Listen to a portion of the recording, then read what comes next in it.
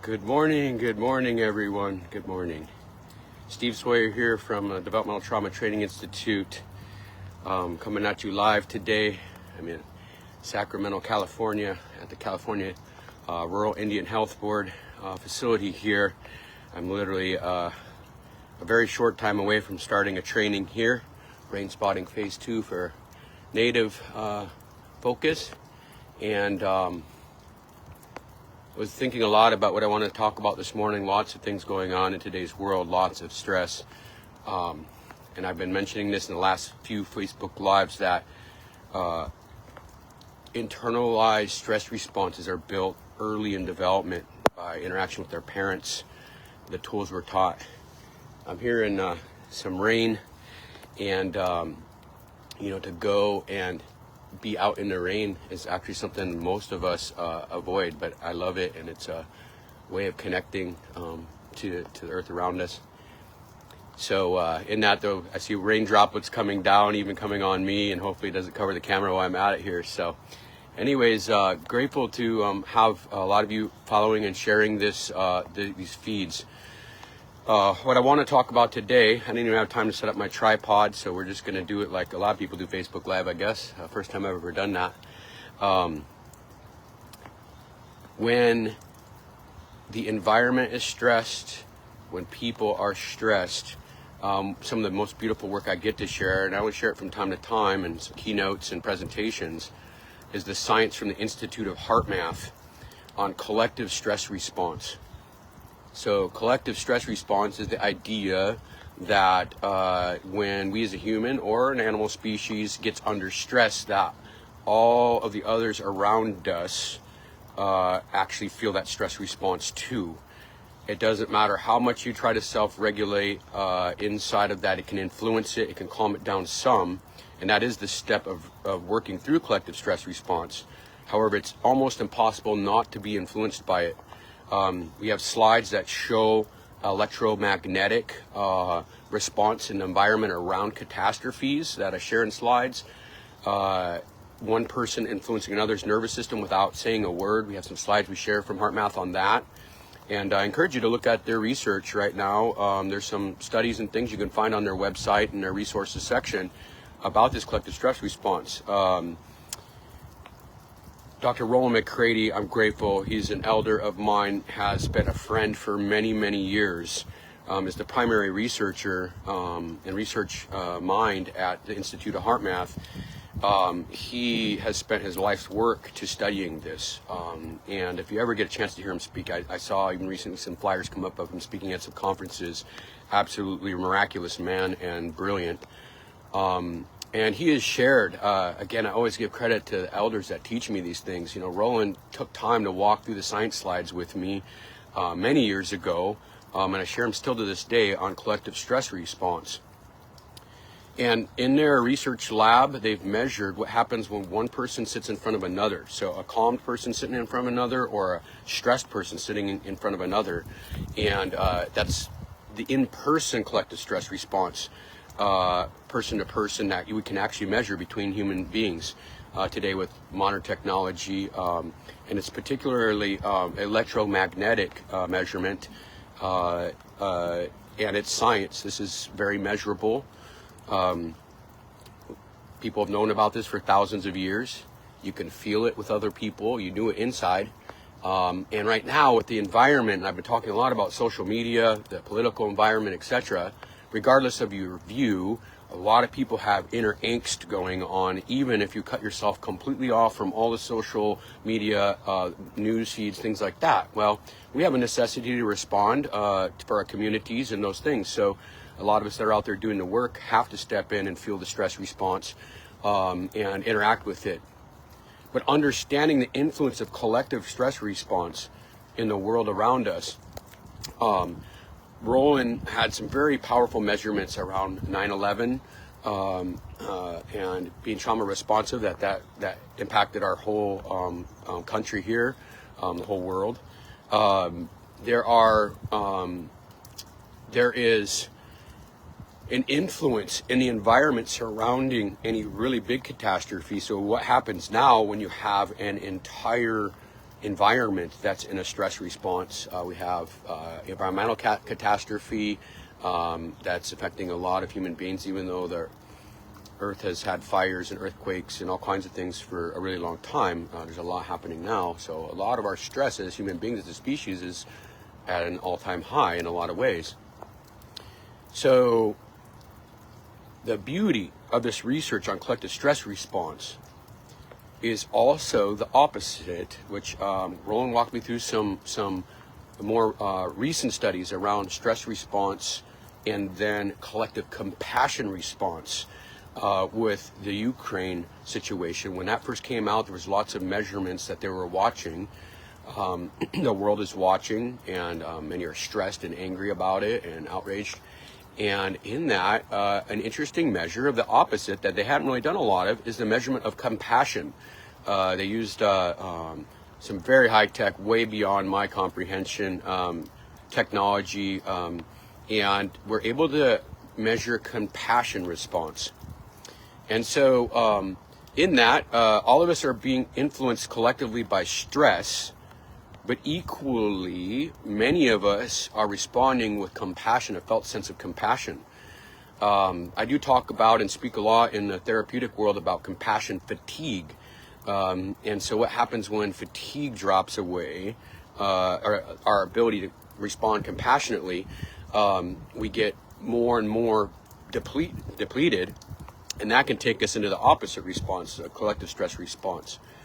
And there's a lot of compassionate people in this world. There's a lot of beauty in this world. That's why I've been talking about getting outside, being grounded, connecting with the earth around you, and most importantly, connecting with your sense of connection to that. We talk a lot about the grounding techniques of connecting with the earth, but the most important step in all kinds of techniques of self-regulation is to connect to oneself. So as in the last feed I had last week of talking about feeling our connection to the nature around us, feeling it in our body, or feeling our connection to a person that we love and care about in our body. With this compassion, that's where it comes from. Our compassion comes from deep in the electrical elements of our body, in the heart region. And there's lots of science out there and discussions about dorsal vagal system and responses of collapsing behind stress. It's tied into our heart and the neurology there. There came a raindrop there. And so in that, for us to find compassion within, we have to ground, be connected to around us, be out of a stress state. And then we can feel that connection to things around us in a connected, healthy, compassionate way versus a stress response reaction way. And with a lot of what's happening, the reality of what's happening, whether it's social media, environmental threats, and political threats, being grounded, connected to something in the nature world, like this rain. I'll take my hat off in a minute and connect with that rain. And then feeling it in our body brings us back to the center where our compassion comes from. So when I speak about compassion fatigue that many people are going through right now with so much watching so many things, first of all, coming back to ourselves. This is why slowing down, at least on the social media world, keeps us from being in a reaction state. Then we can, we can take in information and we can see it both from their lens of needing to fight and stand up for people if necessary, or to be an environmental action influence. We have to come out of a freeze response or a reaction response to be able to respond from this compassionate, heart-based place. So in that, progressing from what I did last week with Facebook Live of being grounded, feeling the connection of your body to this rain, to trees, nature world, which is very electrically different than connecting to all the stress that's going on in our lives. That's the grounding step. But then to connect, and there's a great technique, and I encourage you to look it up. I think there's some YouTube feeds on it. If there's not, please put comments in here if you go and look for it. But there's a technique from HeartMath called Heart Lock-In. And Heart Lock-In, again, everything from the Institute of HeartMath is based upon science and measurements and backed with very old knowledge that many of us are aware of, feel, or attuned to, or, our ancient cultures knew about. But to use Heart Lock-In, you're first doing exactly what I've been talking about, the stage of quick coherence technique, noticing your breath and noticing your heart at the same time, coming back to the center of your body.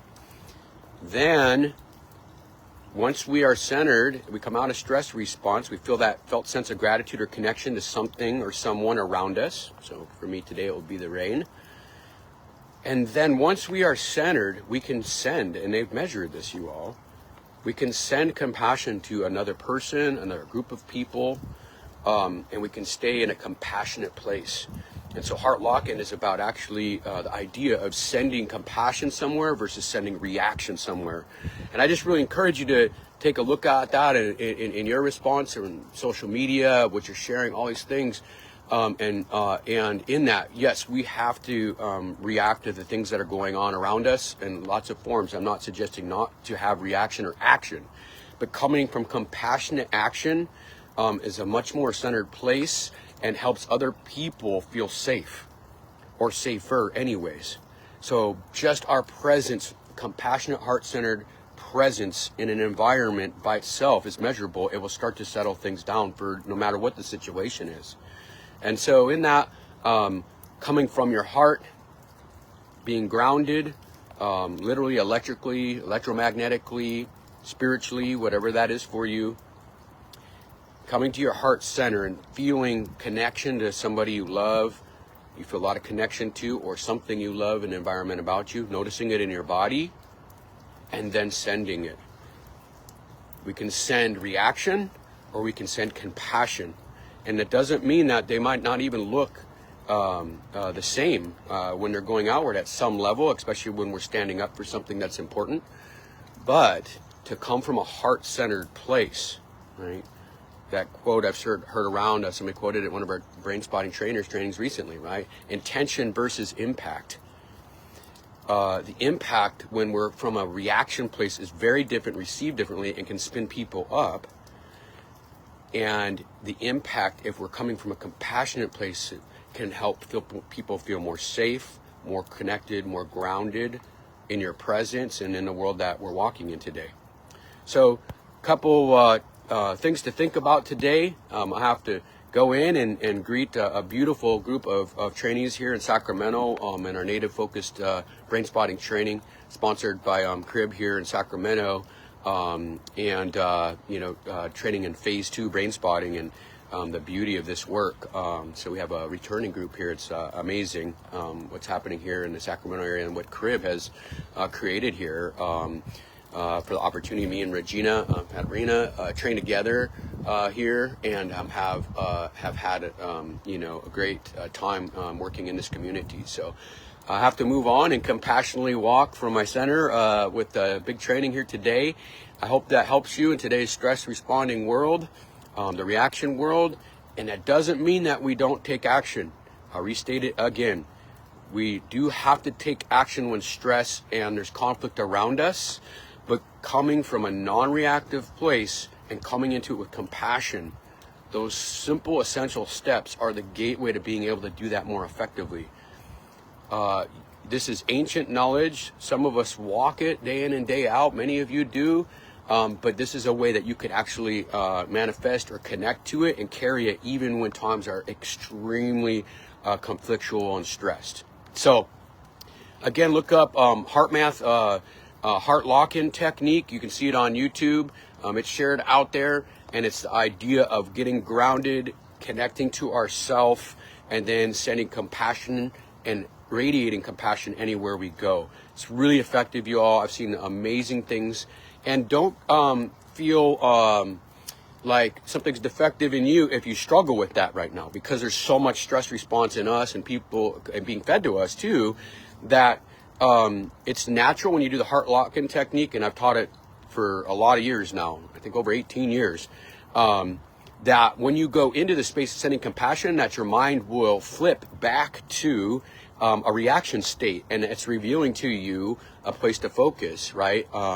And there's nothing wrong with that. That's natural when we're in a high stress state. So if you struggle with that technique, use quick coherence, come back to your heart, come back to noticing the felt sense of connection in your body to somebody you love or connected to, and then going back to that compassionate stance of sending compassion to another person. So that said, you know, go out there, and maybe this can help you in these challenging times to walk with a compassionate presence no matter what you're interacting with. It's very difficult when you have people reacting towards you even, and this technique is great for training our brain to be in that spot. It's really effective and it's a space, if you work it, the more you work it, the easier it is to stay centered in that.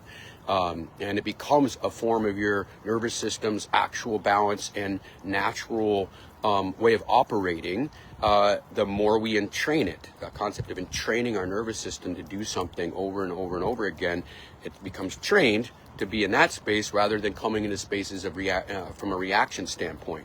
And all of us fail from time to time, and so go easy on yourself on that. And in that, have a beautiful day, you all.